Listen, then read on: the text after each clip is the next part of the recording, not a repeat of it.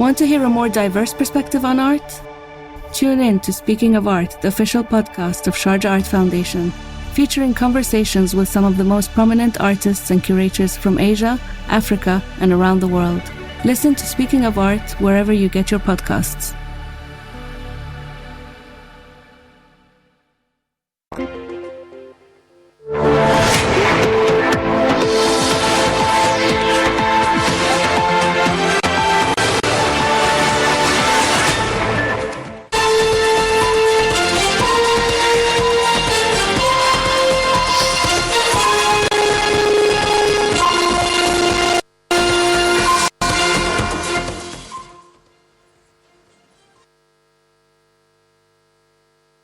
Hello there, and thanks for joining us on the Joy News channel. This is The Pulse. This afternoon, woman stripped and abused in the northeast region reveals 5 other girls were taken through similar ordeal by the suspects, who have since been arrested. We are live in the community where she's assisting the Ghana Police Service with investigations. We're also paying attention to the minority in Parliament, which is describing the Anthrax disease as an epidemic in waiting as they lament the lack of resources to fight the disease, which has killed at least 1 person already. When it gets to the animal to human transmission, and a lot of human beings get it, and we start transferring it from one person to the other, then we are in very, very bad business. It's a very serious situation, and we shouldn't let it get to that.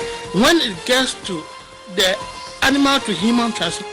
So what's the Ghana Health Service doing about this? We'll speak to the authority shortly on the threats of a possible spread here in the country. It's all coming up on the polls, and we're asking that controversial question as well. Interesting one. Why are many Ghanaians consuming dog meat? That food inflation contributes, the weight of food inflation is 43.7% to the overall rate of inflation. So we look at the trends in the levels of rate of inflation and the share of food inflation to the overall inflation. The Ghana Statistical Service this afternoon indicating a sharp or a marginal increase in the inflation figures, but the indications are that demand for dog meat, palm wine, ice cream, and many more are in high demand. And that's the case in Ghana, pushing inflation figures up. So why is this happening? We'll find out shortly here on The Pulse. Please be my guest. The Pulse is always sponsored and brought to you by Global Communities Digny, Lu Affordable Safe Sanitation. We're on DSTV channel 421. This is The Pulse with me, Blessed Sugan. We're back with details shortly.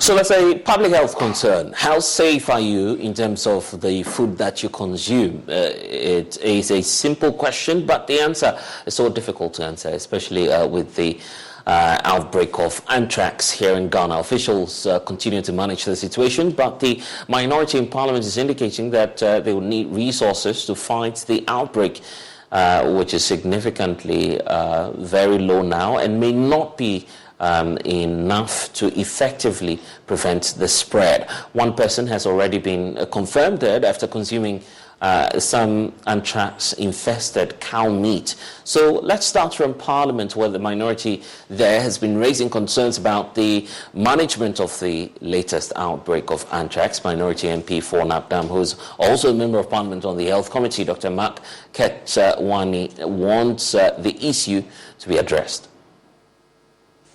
This outbreak is about the whole region. It is about where the meat supply of this country. I'll say that about 40 to 50% of the supply of animals to the slaughtering houses in Accra, Kumasi, etc., are coming from that end. And so we should not take it for granted. If in the north, yes, the animals are dying, when we don't take time and we get these animals to the southern sector when they come in, they are just slaughtered and eaten. It means that we will have a lot of human cases when it gets to the southern sector. What is happening is that even though the Ministry of Health and the Ministry of Food and Agriculture through their veterinary services and the local government ministry have come in and they've put in some measures, it appears that they are not putting in enough resources to curtail this outbreak. To curtail the outbreak, we need to vaccinate the animals. We need to fumigate their stores, their pens, or wherever these animals are living. We need to do it. We need to prevent the movement of animals from one end to the other. All these measures have to be done, and it requires resources. As I am speaking now, in the Tennessee district, the district assembly itself has spent about 16,000 Ghana cedis to purchase 8,000 doses of the vaccine to vaccinate the animals. But what do we see? This is not enough. We know the common fund is not coming. I have to say that we don't have to take this thing for granted. When it gets to the animal to human transmission, and a lot of human beings get it, and we start transferring it from one person to the other, then we are in very, very bad business. It's a very serious situation, and we shouldn't let it get to that stage. The lawmaker himself, who's a medical doctor, has an advice for his kinsmen, asking them to stop certain cultural practices which spread the disease faster. I also take this opportunity to advise my brothers and sisters from Upper East. The funeral season have just ended, and I'm sure this is why about 3 people have died from this anthrax. During our funerals, we usually, as part of our custom, we kill animals to see our beloved ones out or buried. And after killing these animals, we don't eat it immediately. We leave it to be lying outside. We leave it, sometimes it is hanged on a tree to be shared among families. Sometimes it can take 8 hours. Sometimes it can even take up to 24 hours before this meat is shared. And I believe that this practice should be stopped. We should first and foremost try to kill the animals under hygienic conditions. Secondly, we should share it immediately after killing them. And it should be under very, very hygienic conditions that we should carry out this activity. Yes, it is our custom. We do it every day, depending upon the status of the man in society. You could get even up to 10 or even 15 animals killed. Cows, sheep, goats, etc. killed. But we should make sure that when we do that, we should immediately share it and eat it, or boil and eat it. And this practice, where some people eat raw meat, should stop. Considering the impending epidemic that we have, it should stop. Well, so that's the concern coming through from Parliament. What's being done to contain these very reports that we're hearing of? Let's speak to Dr. Benjamin Kisisasu, who's the Deputy Head, National Food Safety Lab of the Veterinary Services. Thank you so much, sir, for spending some time with us. First, there's a need for us to get some updates on even the reported cases of anthrax here in the country. How are we faring, first of all, as a nation in terms of the case count? Great. So currently in Ghana, we only have one region having this issue of anthrax, which is the Upper East. Just that from the district that started from Binduri, we have had additional districts in addition. That is about 10 more districts joining, but all in the Upper East. It was unexpected because looking at the practice in terms of our animal production system. They go for grazing, so they may move from one community to the other. That's why our first release cautioned or called for ban on movement of animals within those affected areas. And we are happy to say that so far so good. The outbreak is only in Upper East, and we are hoping it still stays there. We have had this type of animals be involved: cattle, goats, sheep, and pig. The highest among all has been that of sheep, being 49 out of 90 animals being affected, followed by cattle, 34. Then we have goat, 5, and that of pig, 2, making a total of 90 so far. And all the districts, as we all know, has been the district found in Upper East. Binduru, which started, had still the number of higher cases, and it was just from the first initial cases it has gotten. It has not had repeated cases. What has been done is the vaccination, and as at yesterday, 13th June, we have 21,263 animals vaccinated against anthrax. The good news is that veterinary service for many years have had a vaccine production unit, and one is at Pontamale, which is a central veterinary lab, and they already had stock of them. They weren't free, people were paying for them. So when it came to this issue, as you know, assemblies had to look for money to do so, and the ministry also considered how to get them for us for free. If we got to the state of importing, that would be a big issue. But we have the capacity, and we are producing a lot of these vaccines. We have a lot of vaccines in stock. Out of the 21,263 animals vaccinated, we have 6,987 cattle vaccinated against anthrax, goats 7,304, sheep 6,471, and rat pig 501. And so far, more vaccination is going on, and as we speak, is going on. A strong team of delegation have left Greater Accra as that Monday to visit the place to interact and make sure we contain the issue in Upper East and not get more districts joining in. And we have had suspect cases in other regions which we have checked and it wasn't so. We still want to advise the public that as they are doing it, they should let us know about any suspect cases when animals die or get sick. They should still alert us. But the general public you're talking about would definitely need to know the extent of infection and even, generally speaking, how damaging this virus can be. What's the mode, first of all, of transfer, and what could be the possible effect on any individual who contracts the disease? Okay, so anthrax is a bacteria. This is a special bacteria, we call it Bacillus anthracis. It tries to survive in the environment by forming a spore. A spore, we want to mean that it forms protective coat all over and can stay in the soil for decades. Averagely, by research, 60 years they could stay in the soil.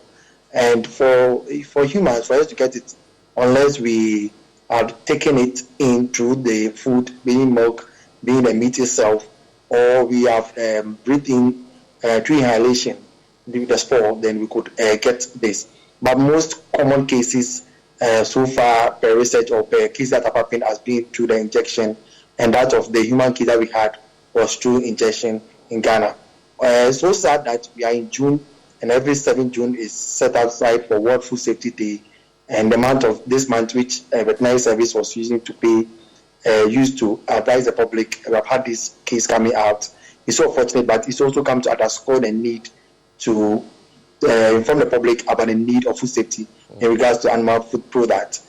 When it comes to anthrax, we want to let people know that you need to get your animal food product for approved sources. It may come from a slaughter facility and your milk. Those are things that we need. For animal to animal transmission occurs very fast. And for farmers or people who keep animals, we want to tell you that the animals that we have one day or in the morning get up, you see standing dead, become bloated, and we have bleeding coming from the natural orifices, especially the nose. And all this, when they happen, you are not supposed to open the carcass, quickly call the nearest veterinary office to come to take charge of the carcass. Remember, when you then open this carcass, the environment gets contaminated, and as we said, the spore is able to live 60 years in the soil. If you decide to bury it yourself, you may not do it in a proper way as the veterinary service together with together with the environmental health people will do. We'll talk about the opportunities available shortly. There's a question about resources, which has had some minority members of parliament raising concerns, for instance, about how you're not sufficiently equipped, retooled, or perhaps giving enough budgetary supports to fight this. How urgent would that need be? Great. Just yesterday, the minister launched the enhanced plan for food jobs. We had got a new minister, who is Honorable Brian. He was communicated about the issues, and already before the outbreak, he had taken update, or he has taken stock of our assets and what we need to do in terms of staff strength and equipment and restocking the lab. All these things were on before this occurrence came. So quickly, he is currently attending to the issues of resources to contain this issue. And as I said, a strong leadership have left Accra to help. Though initially certain items or logistics have been sent, they have gone to look at it. And there have been also committee at national level to look at educational materials and how to inform the public and also prevent such occurrences. Have you been able to track the source of this virus? Currently, they have had some studies. It's pointing to, they feed ruminants, they go for grazing, they feed from the ground, that's the grasses. And all the spores normally are kept in the soil. Let us not forget, the northern part of the country have already from time to time been having 1 or 2 cases of anthrax. Just that this year, unfortunately, there has been human involvement. That's why much attention is being coming towards that. But the truth is that we have had 1 or 2 cases year on. So the spores have already been in those localities. But sometimes the locality people do not report. So they stick to their own bearing of these carcasses. And the spores have already been in those localities. But sometimes the locality people do not report. So they stick to their own bearing of these carcasses. The Navy, the police, together with our protection officers, the MCS, they moved to that particular place and they make sure that the culprits are done with. So we have a firm hold on this thing, on the illegalities that are going on. Okay, anyway, let's talk about the science and what this science is and data is telling you about the effects of the closed season. This is not obviously the first time you're running this. You've done this in the past and I'm not running a number of years. What do you have to say about the impact, tangible ones, that the fisher folk are able to easily point out to say, well, this is a good approach? Yeah. When we look at the closed season, yes, we've done some scientific assessment of the work, and we presented this. Even today, we did it at the Ministry of Information. If you look at the information, basically, they are in 2 parts. We have the socioeconomic aspect, and we have the pure scientific aspect, that's the biological studies. So when you look at the socioeconomic aspect, basically, we look at the well-being of the fishing community, that's the households. And we've realized that after closed season, the community seems to be better off with respect to their food income, as well as issues, like balanced diet. Yes. So the only aspect now is trying to increase the alternative livelihood approach and making sure that more of them are able to engage in this line. How about the catch afterwards? Yeah, the catch afterwards are usually high. And we presented this morning, yes. I see. Human rights has also come out on top of some of the concerns within the sector. The issue about, first of all, involving minors when it comes to fishing. Are you paying attention to some of these issues as well? Yes. Our Monitoring, Controllers and Surveillance Division, yes, they handle all these issues. All issues that has to do with illegality on vessels, all these issues are handled. We're looking forward to the timelines that you'd be putting out for this year's season. What's the timeline looking like, and are you varying that for the various categories of vessels that you're dealing with? Yeah. The timelines are for the artisanal and inshore, that is the canoes and the small boats, the wooden boats. They are going to observe the close season from the 1st of July to 31st of July. And then the trawlers, the industrial trawlers, they are going to observe it from the 1st of July to 31st of August. So let's take that date again. So this is supposed to be for 2023. So okay. For 2023, we are looking at the artisanal and the inshore fleet observing their close season from the 1st of July to 31st of July. And for the industrial trawlers to observe their close season from the 1st of July to the 31st of August.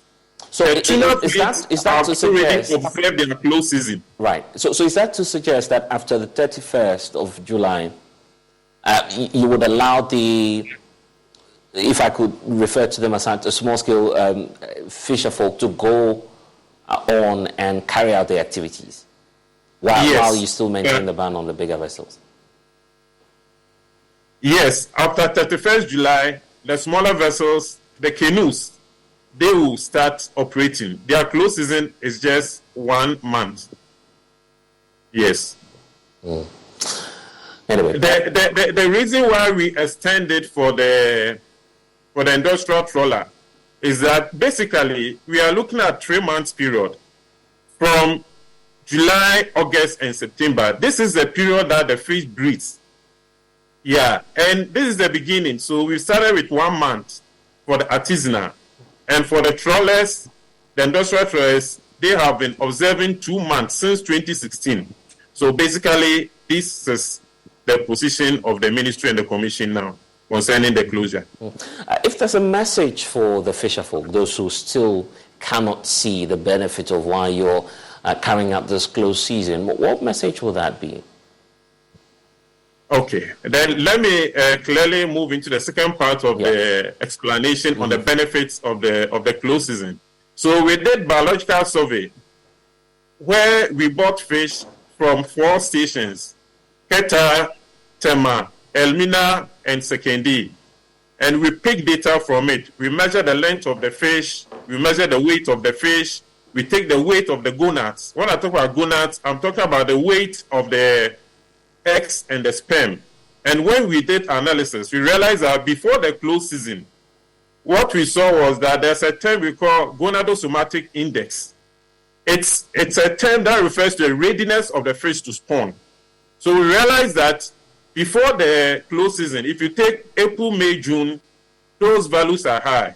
And then from August, September, October, going, you realize that values go high, meaning that these are the period, including July, that we need to protect them so that they can at least give forth to at least an offspring before fishermen can capture them. Yeah, basically, when we talk about close season, the point here is that the fish should be able to spawn before it's captured so that we will leave, it needs to leave a generation behind. Let me put it that way. So we have engaged them and we've shown them all these results and they are very happy. And there are instances that we've met some of the fishermen who have praised what we have done.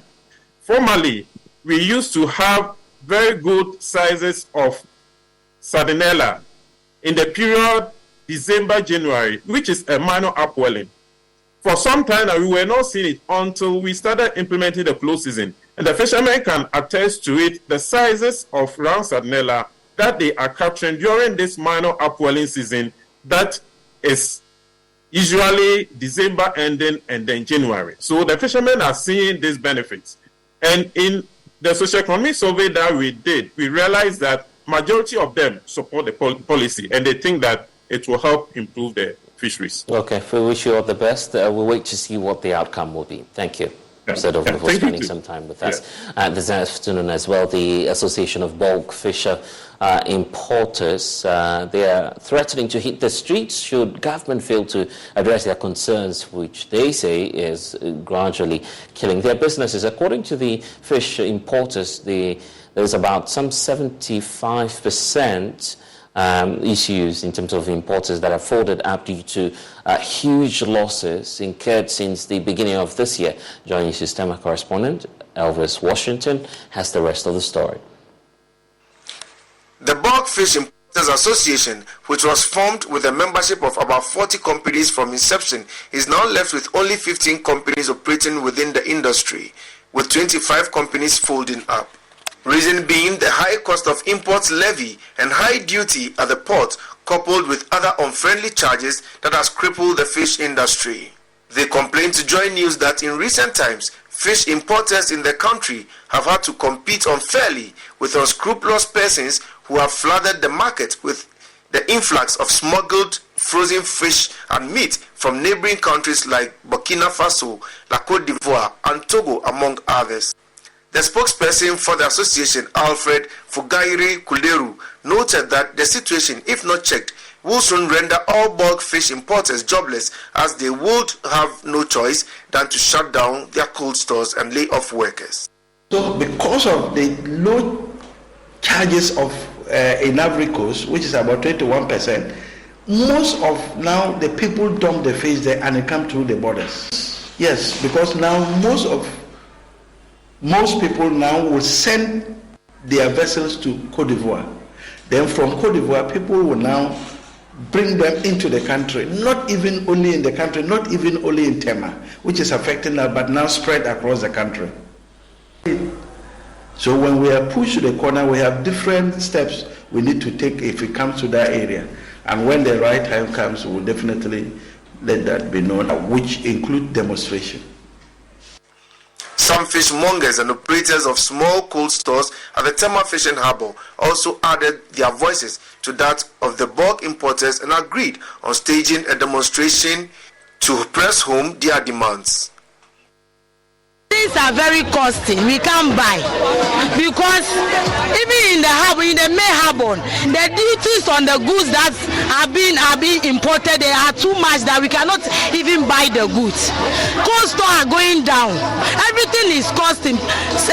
Let's take a salmon of 10 kilos that we used to sell 1 million, 110 cedis and 120 cedis before. It's now 320 cedis. And if the customers come, they cannot buy because the thing is too costly. So we are pleading with the government to reduce it. If not, we will go hungry. And if we go hungry, there will be more chrono in the country. So you have to tell the government to do something about it. Our big men who are in the main harbor, they will put all their hungry, their everything on the thing. The duty are too much that the people cannot even pay for the duties. So for that, they have to import from Benin, Côte d'Ivoire, Togo before we can be able to sell fish here.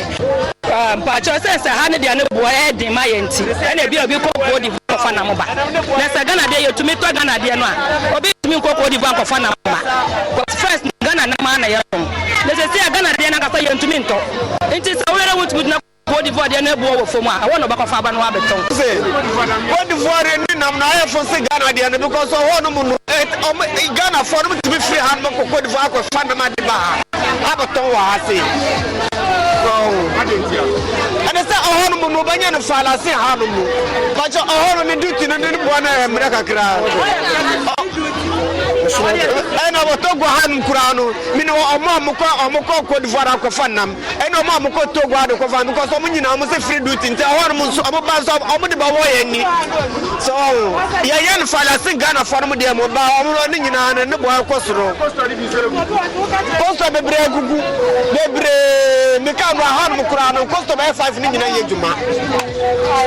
Yakura is a Senate, Judgment Kuraya, so be some boss to Kuraba country. Samson Asaki Awingobit is the executive secretary for Importers and Exporters Association, and he also has this to say. Ivory Coast has also built one of the biggest ports. And so we can no longer say, so we have a competitor. And that competitive cost of doing business is far, far lower than even what we do business here. If I were to be government, I'll rethink again. Meanwhile, the Association of Bulk Fish Importers say several letters written to government corridors have yielded an insignificant response. Petitioned our stakeholders, Ministry of Fisheries, we have petitioned the Ministry of Finance, the President, the Chief of Staff. As at now, we've not. If you go to the harbors, the imports have really come down. For Joy News, my name is Elvis Washington, reporting from Tema.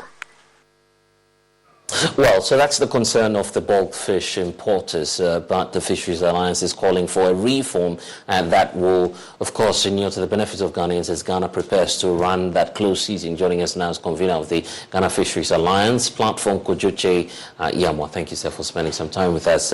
Thank you. It's not an entirely pleasant situation to find a country reliant on importation of fish, for instance. We need to be sufficient, but you're saying there's also a benefit when it comes to importation. Yes, the most important thing is that fish is food, and the fish being available is also food security.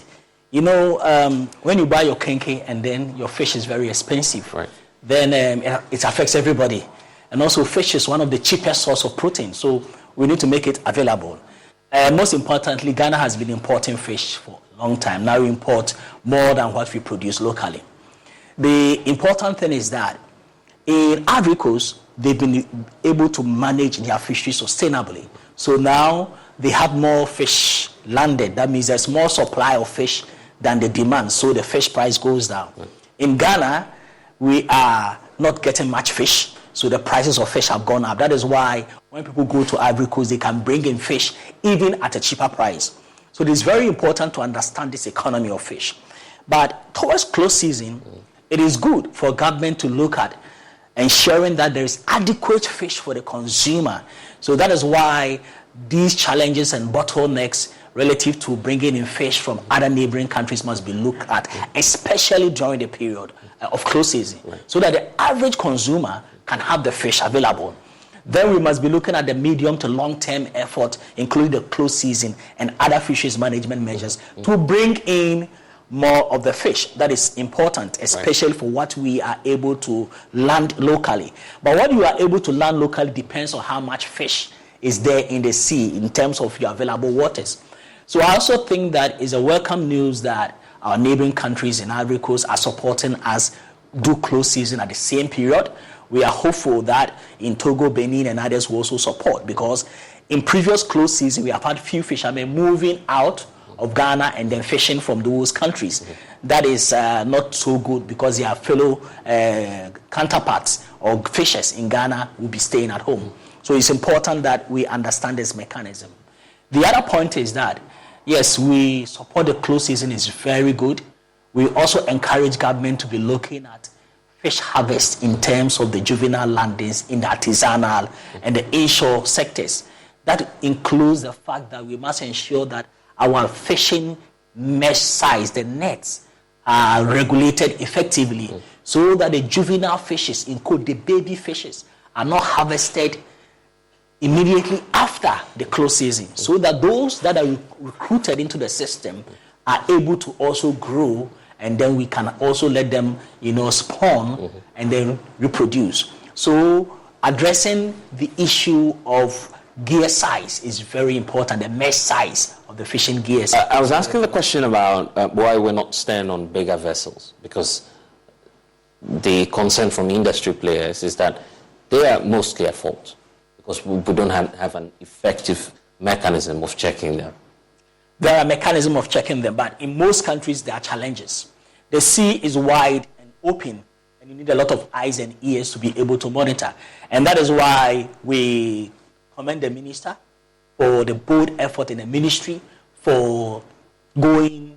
It's a commitment which is very important for the electronic monitoring system, where we can have videographic, photographic evidence, so that you can have more eyes on the sea and to look at the operation of the trawl sector. What is also most important is that the enforcement agency, that's the Fisheries Enforcement Unit, the Marine Police and others, they are very committed. What we need to do is to resource them and support them to be able to do their work. That element is very important, so that the deterrence element, which include the capacity to see who is doing wrong, the capacity to arrest, and then prosecute them rightfully within the ambit of the law, would ensure that there's deterrence. That means that it will put people in check, and then they'll do the right thing. That element needs to be supported. And then the issue of negative interferences from political, from others, would also come down, so that when vessels are arrested, nobody goes in to try to negotiate and to try to interfere unduly. These are important elements to ensure that enforcement of the laws is very important. I really like what the minister said. She paint the picture in terms of the illegal fishing. That is a challenge. In terms of the too many fishing gears, which is a challenge. In terms of other issues, environmental issues, climate change and others. We are on course, but the most important thing is that we need to also add the additional measures and then the enforcement measures. That is very important to ensure that the close season gives us the benefits that we need. Aside the concerns about some malpractices within the industry, pollution also appears to be a challenge for those who are fisher folk. They equally have that concern. So it's as though we're just focusing on, for instance, a close season, having a bigger catch, and not dealing with the peripheral issues. Yes, the environmental factors is important, the climate change, and then plastic pollution. Issues of plastic pollution goes beyond the Ministry of Fisheries. It is a multi-sectorial approach that is needed. The local government and the district assemblies address issues of sanitation, but we have noticed that the volumes of plastic entering the ocean is a major challenge to fisheries, because it affects the fish population, and even fisher folks are affected because most of them, they launch their nets and then the plastic population is more than the fish. And it even goes beyond government to all of us. How we dispose of our drinking bottles, how we dispose of the plastics that we use.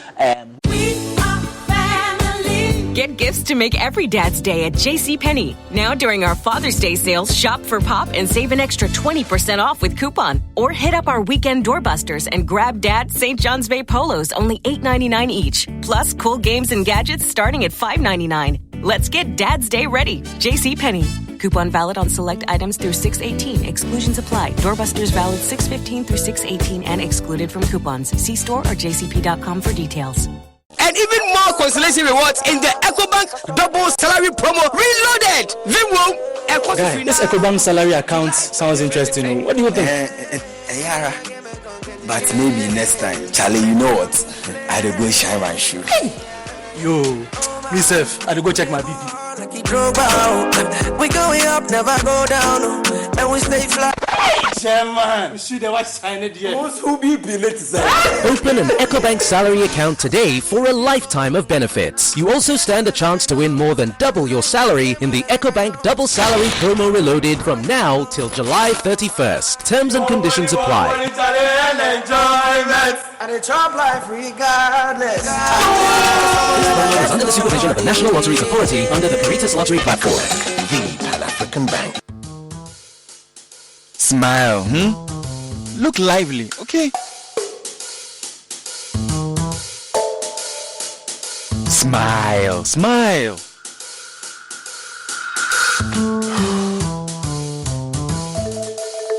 Is the money too small?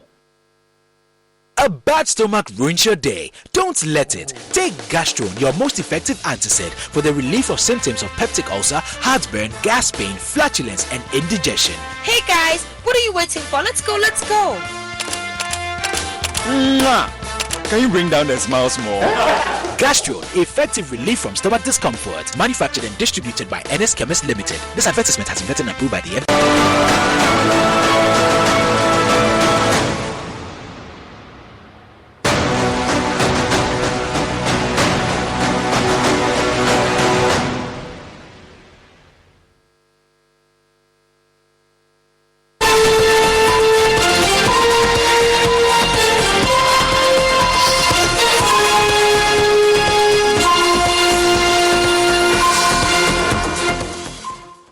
And it's good to have you back here on the Pulse. Inflation for the month of May 2023 is up hitting some 42% from the 41% recorded in April, with food and non-alcoholic beverages driving the upward trend. This of course, end of the 4 months downward trend enjoyed by the country since January this year, after reaching more than 2 decades of a high of some 54.1%, which happened last December. Government statistician Rosa Kobena has been indicating that the development shows that food is still expensive here in the country.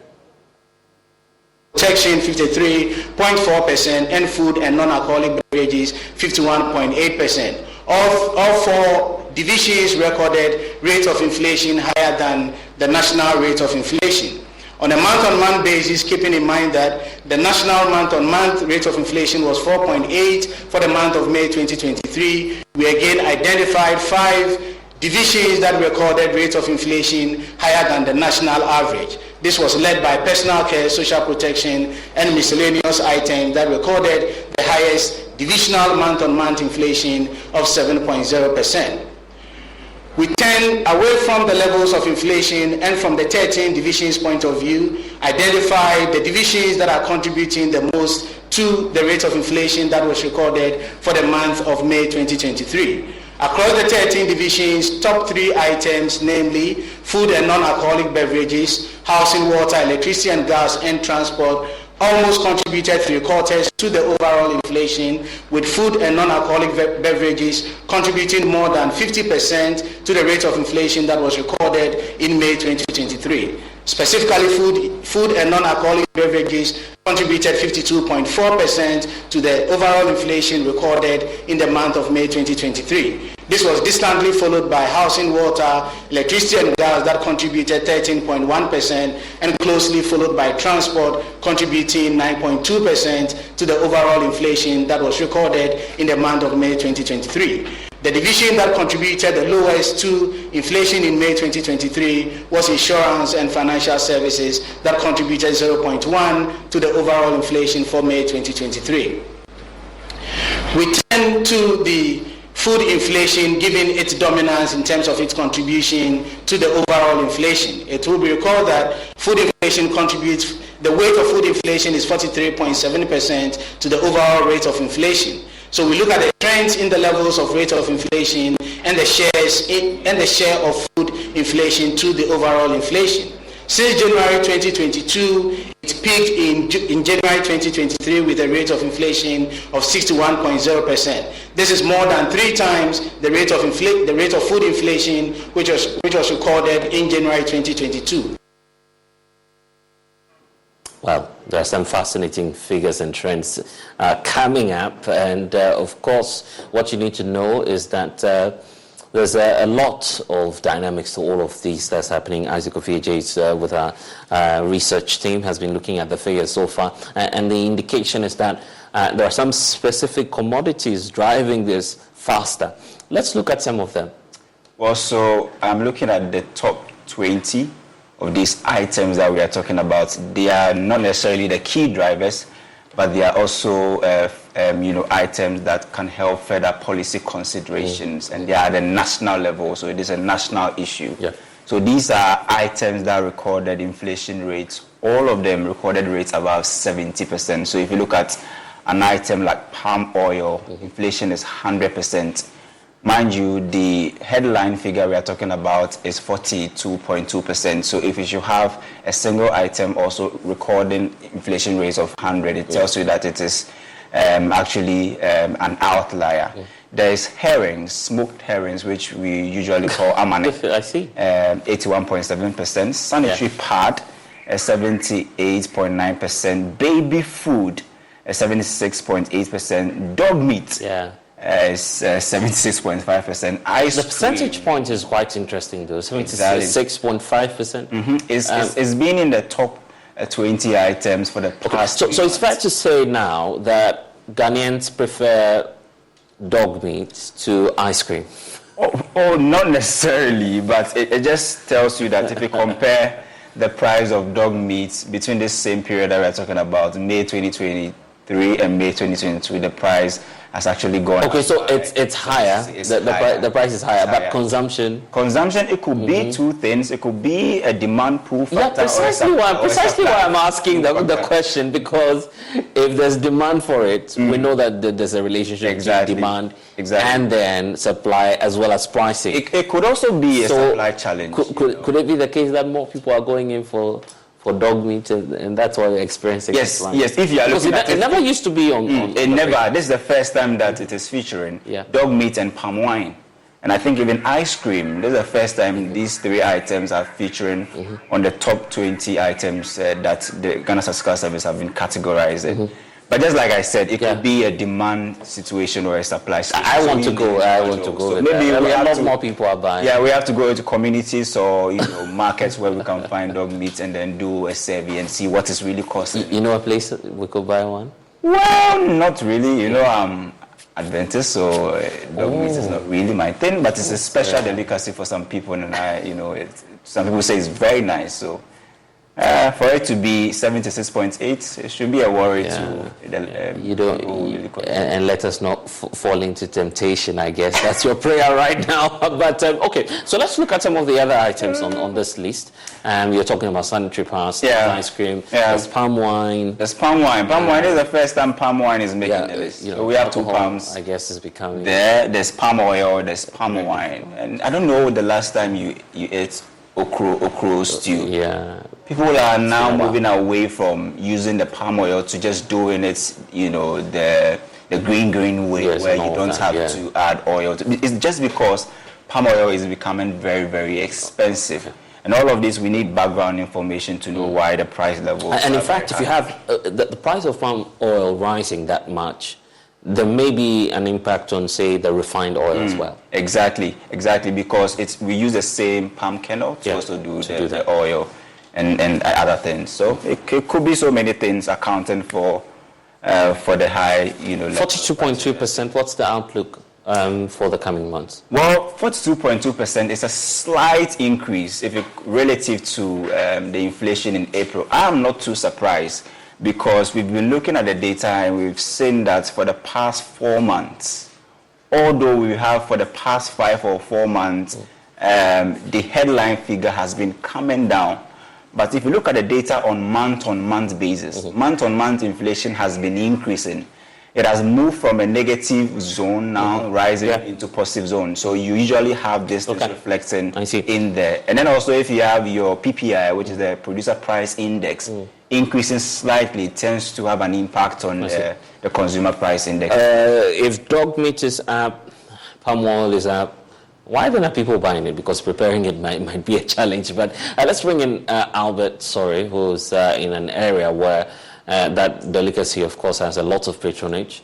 Albert, you've been listening to the data released by the Statistical Service. What are you able to say about, and this is a community, we must be fair, that culturally accepts, of course, dog as a delicacy in terms of the food that you prepare there. Has it gone up, practically speaking? Okay, so let me just say that it's not used to prepare food per se. What normally happens is that it is made just like kebab is done. So people just purchase it and they eat it.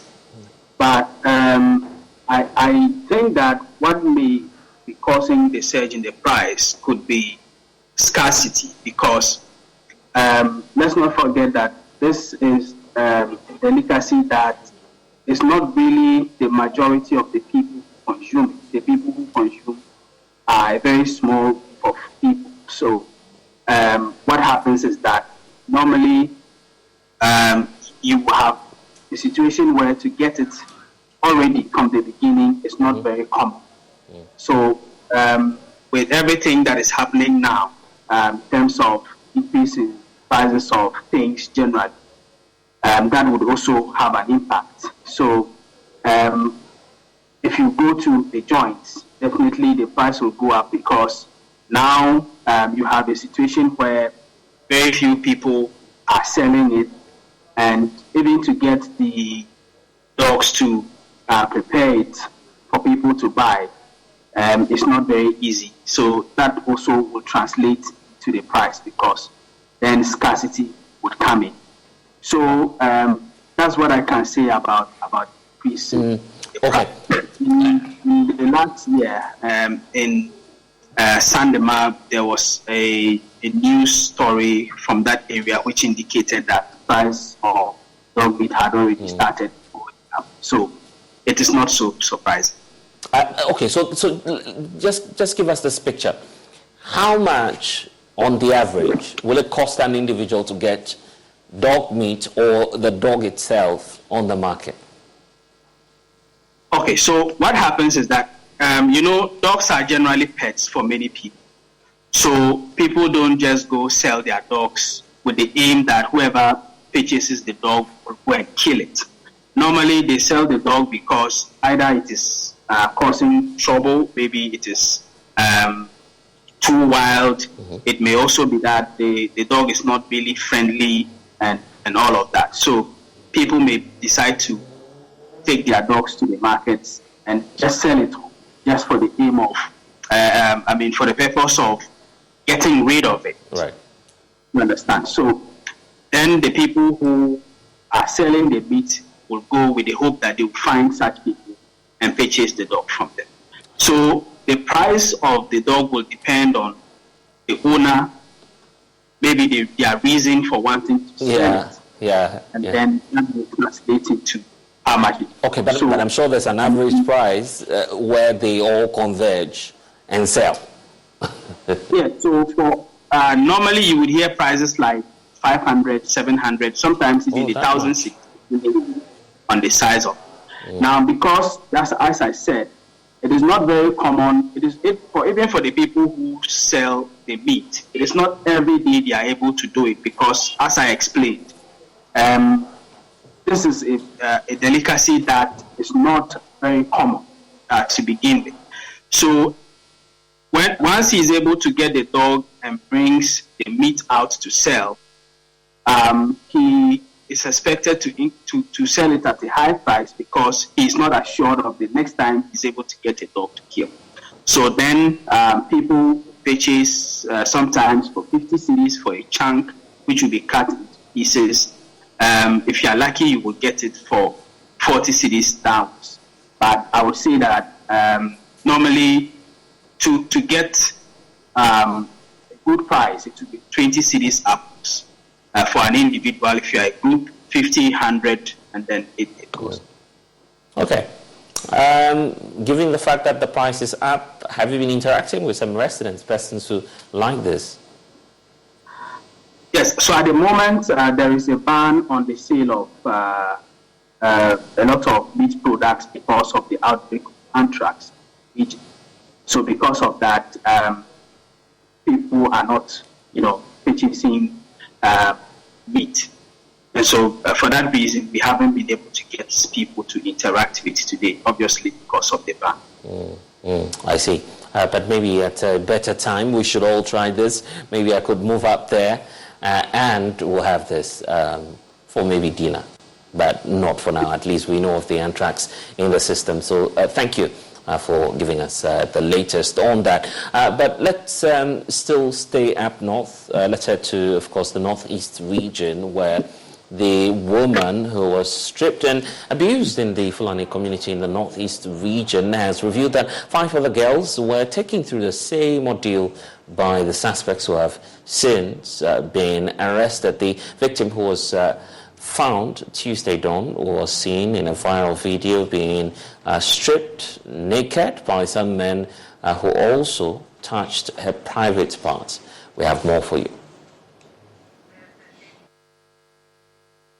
Released on this one, indicating what the situation is, and it's by the Ministry of Gender, Children and Social Protection, indicating that the Ministry of Gender, Children and Social Protection's attention has been drawn to the disturbing video circulating on social media in which a young lady who has been identified as a Fulani is said to have been molested and manhandled. The video, which lasts for 2 minutes and 19 seconds, shows a group of people beating and assaulting a naked woman.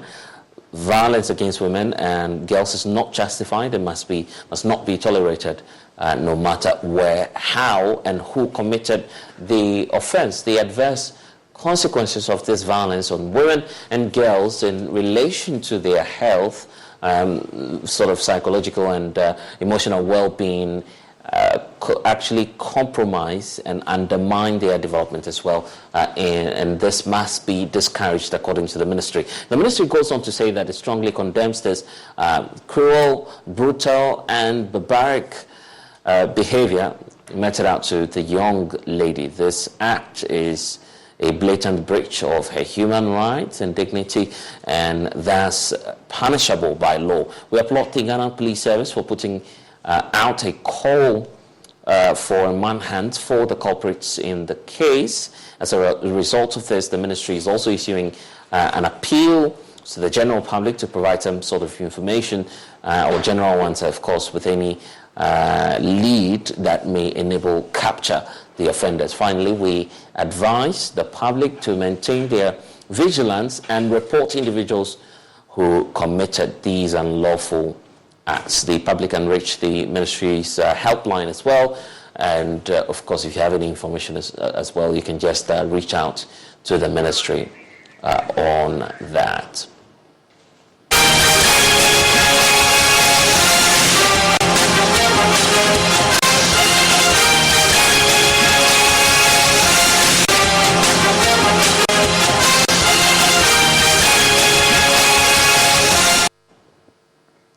And we are your election headquarters. A flag-bearer aspirant of the New Patriotic Party, Alan Kujichirmating, has called on government to review the current exchange rate regime and the country's ports to boost the productivity of the private sector and also to help reduce inflation. According to the former Trade and Industry Minister, the current regime is a disincentive to the growth of private sector, and it is important on government for government to take a critical look at this.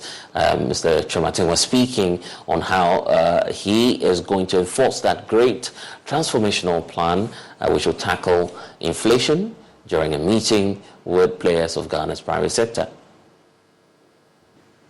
If for one reason or the other your currency is depreciating, and you know that you have a highly import-dependent economy, in my very humble opinion, it doesn't make sense for you to apply the same exchange rate at which imports and the duty on imports are calculated.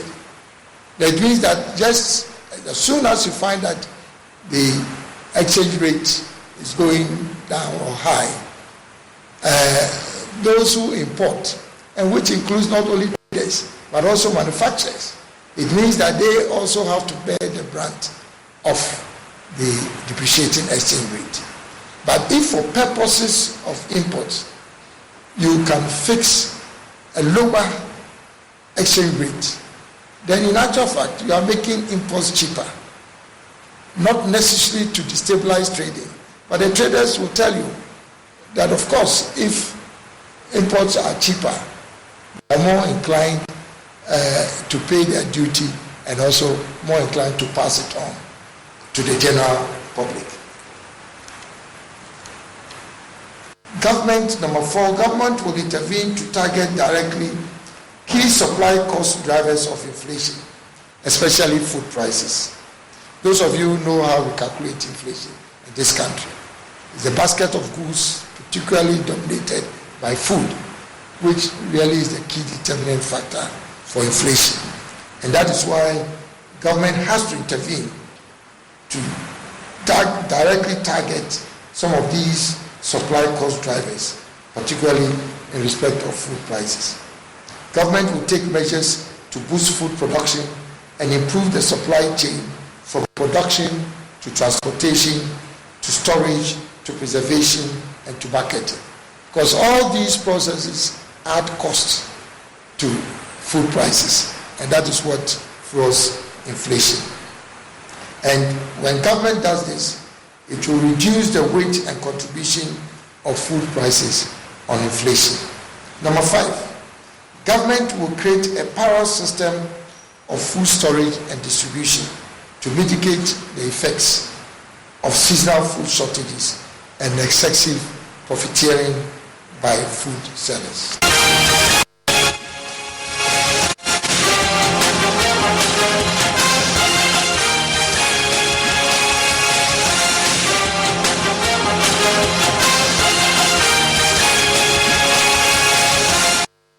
We're taking now to the Volta region, where open defecation will soon be a thing of the past, as residents of the B. Godeno and its adjoining communities can now have access to newly built places of convenience as a way of eradicating open defecation in the communities of the Hokwe municipality.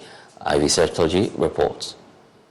According to the residents, they understand the complications about open defecation and that it does not only affect the physical health of the people but also impact their dignity and quality of life, and so are excited that they can finally have their own places of convenience, especially for those who may not be able to have them in their homes. The residents hope that more communities are able to benefit from the benevolence of the MP and the Assembly to help in eradication of open defecation in the communities, especially the deprived ones. Some of them have been speaking with Joy News. I'm living in this community for over 30 years, and we have been having this latrine problem. At first, we were having some pit latrine over here, which has me and I saw both to the residents and the children around here. Sometimes when your little child is going to the toilet, you will be afraid that he or she might fall inside the pit. So, seeing this plight, we mobilize ourselves with the community leaders and opinion leaders, and we've been to the MP. So, when we told him about our plight, before you know it, they've started building this edifice. Other people even thought this is a house. But when they open it for you, you'll be surprised. World-class standard, that I will not lie to you. We have not seen such things in Ohwe before. And we are very grateful to Honorable John Peter Mo for making this happen to us. Although we are grateful, we still need more of these edifices in our town, because open defecation is very rampant in our area here because we don't have toilet facilities around here. So by building this, I know it's going to help stop open defecation in our area. So we need more of this so that the open defecation can stop. We are very grateful. I can say this toilet is European standard. I will not lie to you. It's a very good edifice and everybody likes it. The only problem we are having is how they will come and then make it accessible to the community so that we all will see the advantage that we have with it so that we can use it. That is the problem that we want the minister to get solved for us. And we are very grateful for him. But it comes with challenges, because I remember the last time the municipal people were here, like the first people that are not having to do something like that. And what it brought was, see, some households are nearer to each other. And the position they will show somebody to do his own is nearer to somebody else's kitchen. Or somebody else, something that wouldn't want the toilet to. So it brought challenges. Okay. Yeah. So what would you suggest? Right now, I don't know. Maybe we should just focus on this one for now. You should come and complete it for us. That's the only thing that can help us. Yeah. The MC for Hokwe Daniel Nobe Awume noted that it was necessary to have toilet facilities in the various communities in need of them to help them stay open defecation free communities as well as free from diseases. He has also been speaking on sanitation issues and his plans on sanitation in the Hokwe municipality. Sanitation policy and program for the municipality. I dab it, clean your operation, clean your frontage and your backyard. Because when you just focus on your frontage, what will be happening at your backyard will be something terrible. And this, I'm hoping to bring all the stakeholders on board to fashion a robust structures to make sure that for sanitation, maybe not too distant from now, Hokwe will be christened as a cleanest city within the within the region. So what we seek to do in that, I seek to imbibe in that issues of discipline, or issues of indiscipline that characterize the atmosphere as far as the young people are concerned. Or you have literally young people of a little age of 13, 14, 12, littering themselves on the streets, finding their routes back home very difficult. So we try to see how I've been able to take a tour within the municipality. We call it community engagement, where there's a clear call on me to be able to fashion that.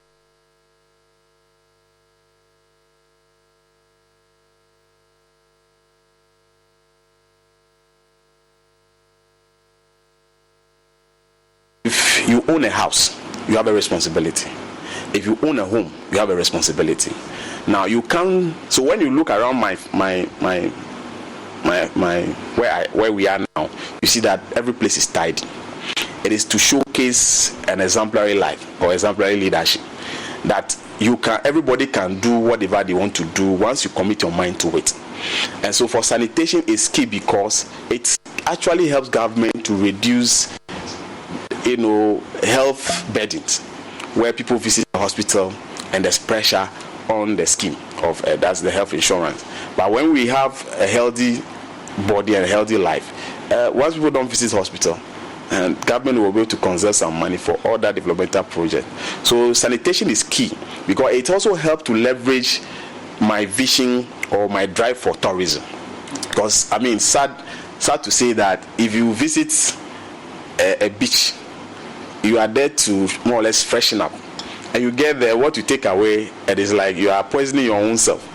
And so once we are able to keep track with this sanitation policy that I'm coming to launch not too distant from now, I think that will largely address the issues of sanitation.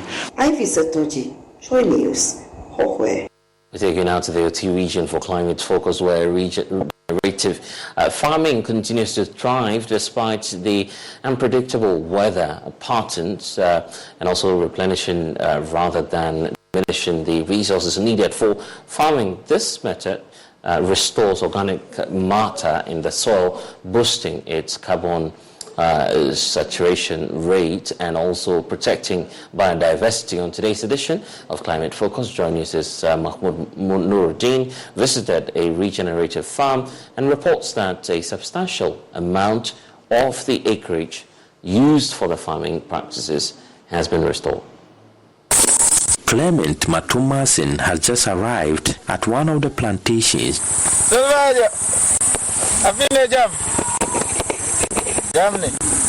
Clement, who pioneered the regenerative agriculture method in Zangomacheri, believes it helps smallholder farmers to increase yield while protecting the environment. The space is called Dream Village, and Dream Village is just basically the hub to empower young people and also the community to become more resilient in terms of food production, entrepreneurship training, and also just basically enhancing the quality of life in the rural settings.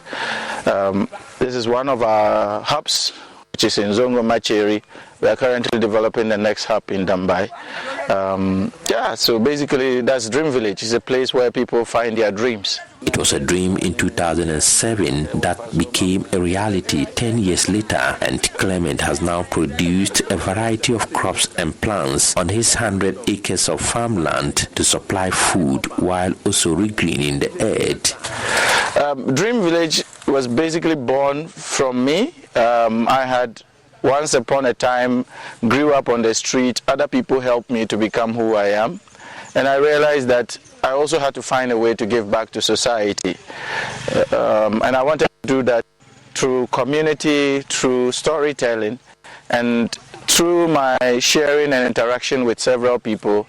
In 2007 I created a mural art, a visual interpretation of what I think an ideal village will look like. And through that, we started about 10 years after that, we started implementing how the ideal village will look like. And this is the inception. The structures here are eco-friendly. The entire concept of this place is to create systems that helps us to live together with nature.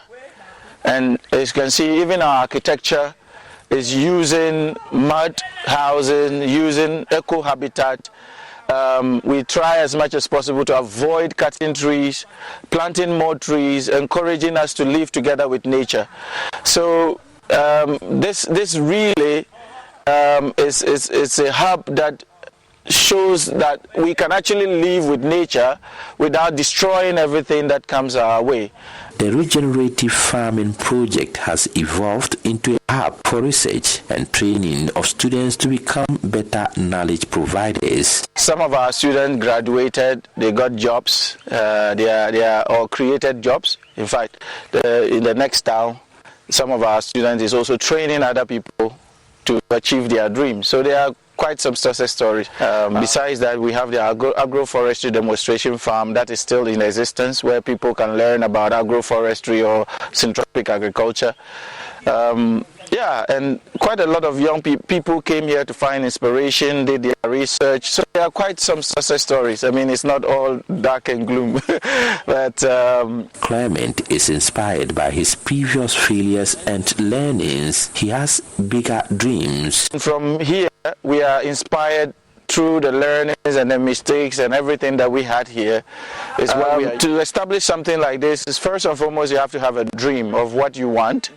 And secondly, you have to have the consistency and the passion to develop it. Because once upon a time, I had my own job as an IT expert in Tamale.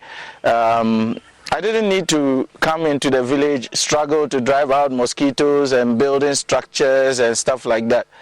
But I realized that we need to create an inspirational hub to inspire young people, especially young Africans like me. Given the variety of challenges confronting food growers in recent years, farmers want farming methods on which they can rely to produce high yields during difficult periods, such as the influence of shifting weather patterns. Clement's project demonstrates that regenerative agriculture can help farmers solve a variety of problems. He says the numbers are encouraging, as do the testimonies of other farmers who benefited from the program, such as the Moringa Mothers Cooperative.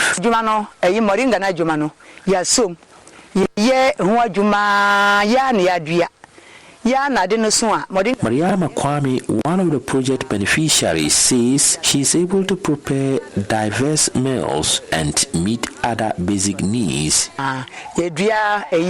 Banana. We grow. Get gifts to make every Dad's Day at JCPenney. Now during our Father's Day sales, shop for Pop and save an extra 20% off with coupon. Or hit up our weekend doorbusters and grab Dad St. John's Bay polos, only $8.99 each. Plus cool games and gadgets starting at $5.99. Let's get Dad's Day ready. JCPenney. Coupon valid on select items through 6/18. Exclusions apply. Doorbusters valid 6/15 through 6/18 and excluded from coupons. See store or jcp.com for details. Progressive presents Precious Moments. Hey, Jess, want to come for a ride on my motorcycle? You know, we can talk about our feelings and explore our emotional compatibility. I thought you'd never ask. The exchange you just heard didn't actually happen, but it could. Bundle your home and other vehicles with Progressive and you could use the savings to make sure the motorcycle is always ready for your dream girl. So keep the dream alive and the savings coming with Progressive. Progressive Casualty Insurance Company, affiliates, and other insurers. I switched to Boost Mobile and got a free Samsung Galaxy A23 5G phone. Want to know the best part? It was free? Nope. The fact that it's on America's largest 5G networks? Nope. It's the ding. Oh yeah, love the ding. Right? It's all about the ding. It's the dingarooski, the dingarone, the ring-a-ding-ding. Unleash your power to save with Boost. Get a free Samsung Galaxy A23 5G phone when you switch. Boost Mobile. Unleash your power. And the ding. Limited time offer. New customers only. Available on select networks. 5G not available everywhere. One device per line. Tax excluded. Additional restrictions apply. See your local Boost Mobile store for details. Bananas, beans, and maize, among other crops whose names I don't know in English. We cannot make a variety of meals. The intervention excites Ekuya Nimkabu. The intervention is beneficial to us. and restoring the once degraded area to its natural state makes Abu Mansa happier. The area had been degraded in the past, but it has now been restored and can be used for planting. Clement is inspired by the power of learning from nature to establish a new site for regenerative college in Tambai. Yeah, and from here we are inspired through the learnings and the mistakes and everything that we had here is what we are using to develop the regenerative college. So it's an experience that we continue to develop. For him, giving back to the society in the form of environmental protection has become his primary interest. A report by Mohammed Nuruddin. Let's take you to Europe because air forces from 25 countries with hundreds of aircrafts participating in the Air Defender 23 exercise in Germany. It is the largest air force drill in the history of military alliance of NATO. To get more on this, we're joined now by Brand, a correspondent with our partners Deutsche Welle, joining us from Germany, specifically Berlin. Hans, why are these exercises happening now? They don't directly have anything to do with the Russian invasion. These exercises were planned years ago, and in some sense it's a coincidence that they are happening now. But they were planned after the invasion of the Crimean Peninsula by Russia. That was a response to, as it were, the first step in the invasion of Ukraine by Russia. So, of course, in essence, they are connected to what's going on in the east of Europe, to the Russian aggression, and Russia has, in fact, responded by saying that it regards these exercises as a provocation and a military show of force that it regards as unnecessary at the moment.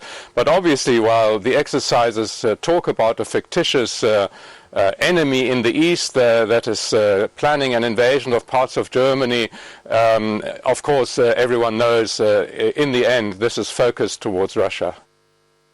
Nice, with tens of thousands of soldiers from dozens of NATO countries and hundreds of aircrafts in Germany. They're based in Germany, and many are asking why. Well, there's several reasons for this. One reason, obviously, is Germany's strategic position in Europe, in the center of Europe. There are already tens of thousands of U.S. soldiers based in Germany that have been here for many decades, since the Second World War. So it's the central position of Germany that's important. At the same time, Germany wants to demonstrate that it is a reliable partner in NATO and in attempts or plans to defend NATO territory. There have been some doubts about Germany's commitment to NATO in the past, and it is now trying to demonstrate that that commitment can be relied on.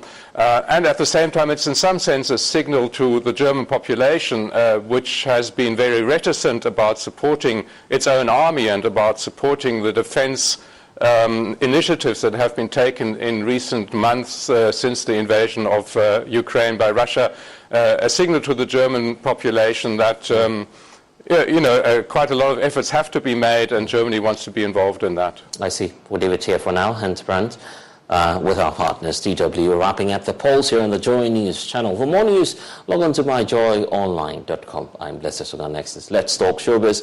Thanks for your time. We have more for you tomorrow. Bye-bye.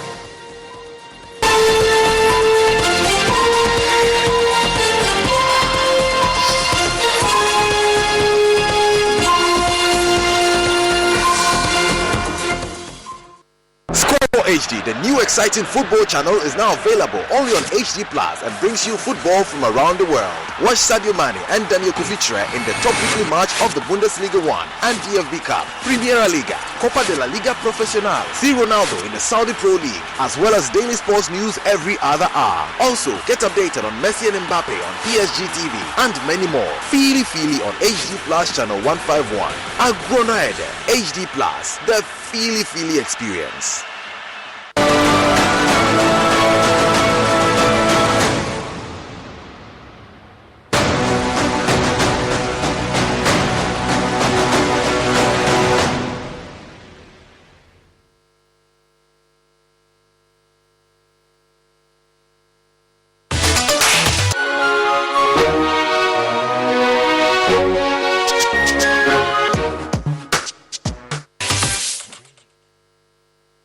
there, you're welcome to Let's Talk Showbiz here on the Joy News channel. My name is Doreen Avio, and guess what?